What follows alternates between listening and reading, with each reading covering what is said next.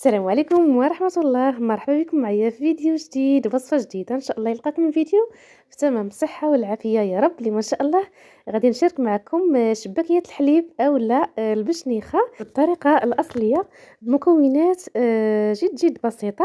نتمنى تكملوا معايا لا فيديو حتى الاخير، وما تفلتوش عليكم هذا الفيديو، فيه بزاف ديال الاسرار باش تنجح معكم البشنيخة.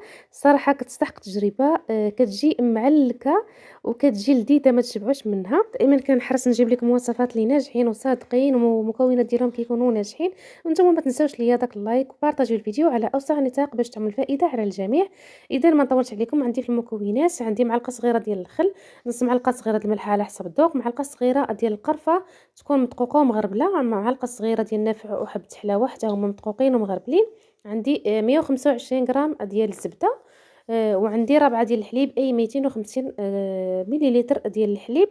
عندي نص كيلو ديال الطحين، استعملت 600 غرام، تقدروا ديروا 500 غرام. وعندي ساشي ديال خميره الحلويات. غندير كذلك واحد ساشي ديال الفاني، غير ما تصورش ليا مع المقادير.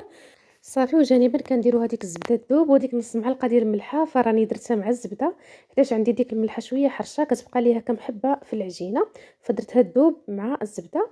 صافي، درت جميع المكونات، ساشي ديال الخميره الحلويات كيف ما شفتوا، الفاني. صافي دابا غادي نضيف الزبده وغادي نحاول يعني نبسبسها مزيان مزيان، هذاك الدقيق نبسبسو مزيان بالزبده. وهاد الطريقه هذه كتغنيكم مع الدليك، يعني ما كتحتاجوش تدلكوها نهائيا، غير كتجمعوها بيديكم صافي. كتكون يعني داركه راسها بهاد الطريقه هذه اللي كنديرها معكم حتى في الشباكيه، راه فايت لي شاركتها معكم يعني في الشباكيه اللي كنشارك معكم في القناه. فهذه هي الطريقه المعتمده، فما كنبقاش ندلك في الشباكيه اولا اي معسله. هاد الطريقه هذه كتجي زوينه. صافي، غادي نضيف كذلك الحليب من بعد ما دفيته حتى هو باش كيعاوني حتى هو في العجينه، دغيا كتطلق ليا العجينه. استعملت هنايا 250 ملي ديال الحليب اي رابعه. ف ما كفاتنيش حيت درت 600 غرام. نتوما الا درتو 500 غرام ديال الدقيق راه غادي تكفاكم، وعاوتاني على حسب نوعيه ديال الطحين واش كيتشرب اولا لا. فضفت تقريبا شي 2 معالق هكا. العجينه ديال البشنيخه خاصها تكون حتى هي قاصحه، يعني بحال العجينه ديال الشباكيه، يعني ضروري تكون العجينه قابطه في راسها ماشي مرخوفه. صافي، كيف ما شفتوا راه غديتها وجبتها ماشي دلكتها. صافي، وكنشكلها هكا كوبيرات، وكنحاول نديرهم هكا في السلوفان، نغطيهم باش ما كيقصحوش. صافي، وكنجيب اول كويره. صافي، كنشكلها بهذا الشكل هذا، نحاول نعطيها الطول وكذلك نعطيها العرض. ضروري تعطيو هاد الكويرات العرض باش كتجيكم البشنيخه ديالتكم عامره، ما كتجيش خفيفه. انا هنا يعني ورقتها عادي، ما درتش ليها الطريقه ديال مسمنه بحال الشباكيه، فانا يعني ورقتها عادي. صافي، هنا جبت الوراقه ديالتي اللي لا بد منها الا بغيتو تحضروا يعني البشنيخه. فغادي ندوزها في رقم جوج على حسب نتوما وشحال ورقتوها بالمدلك. غادي ندوزها في رقم جوج ورقم ثلاثة ورقم ربعة، يعني اما رقم ربعة او لا خمسة هو اللي كندير انا في الاخر.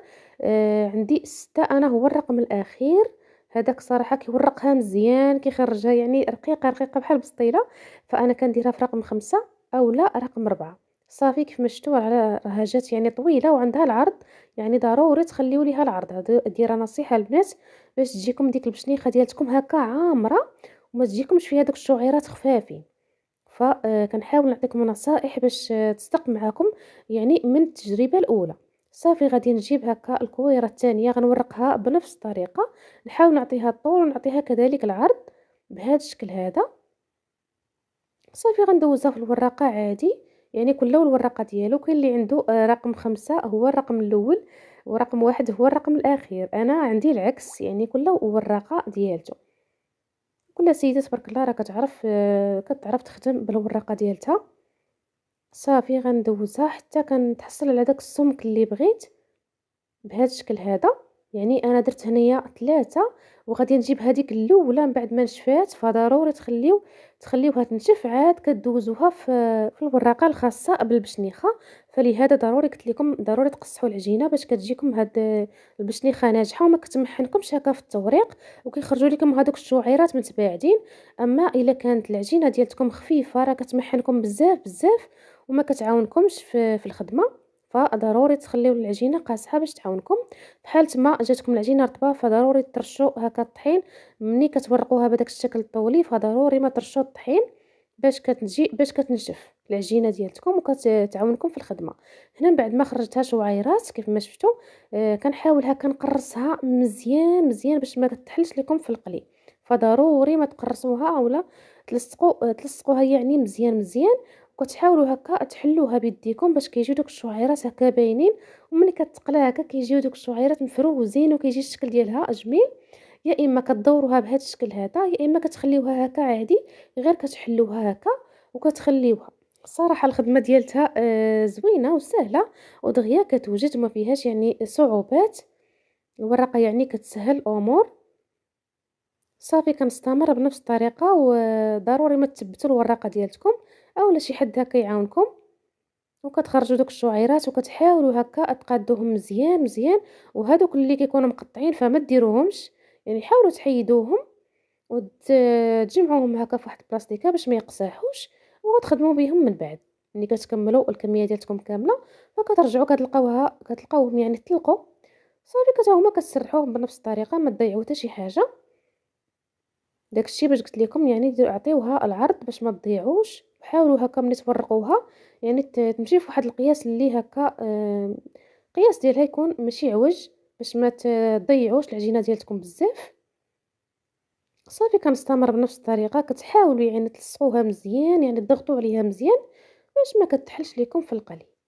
صافي من بعد ما ساليت كنخليها شويه تنشف، كنبدا بهذوك الاولين اللي نشفوا، وكنسخن الزيت ديالي اللي ما تخليوهاش يعني تسخن بزاف باش ما كتخطفش لكم في القلي، اولا غير تبداو تلوحوا في البشنيخه ديالكم، طفيو البوطه باش ما كتحمرش لكم دغيا وما كتجيشكم هكا خضره من الداخل. صافي كنعطيو هذاك اللون الذهبي وكنديروها في العسل. العسل يكون هكا عسل منزلي اولا كتخلطوه هكا بعسيله حره باش كيجيكم هكا منسم، يعني اللي كتفضلوا. والعسل ديال القليه الاولى كيكون هكا خاتر، فحاولوا غير بشويه عليها تهزوه هكا بالمعلقه وتخويو عليها هكا من الفوق باش ما كتهرش ليكم. كيف ما كتعرفوا هي راه شويه تكون حساسه حقاش غير شعيرات، حاولوا عليها هكا في العسل.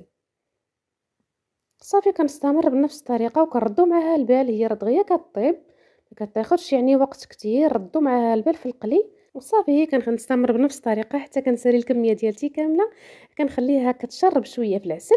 بنتما طابت يعني القليه الاخرى كنخليها تشرب.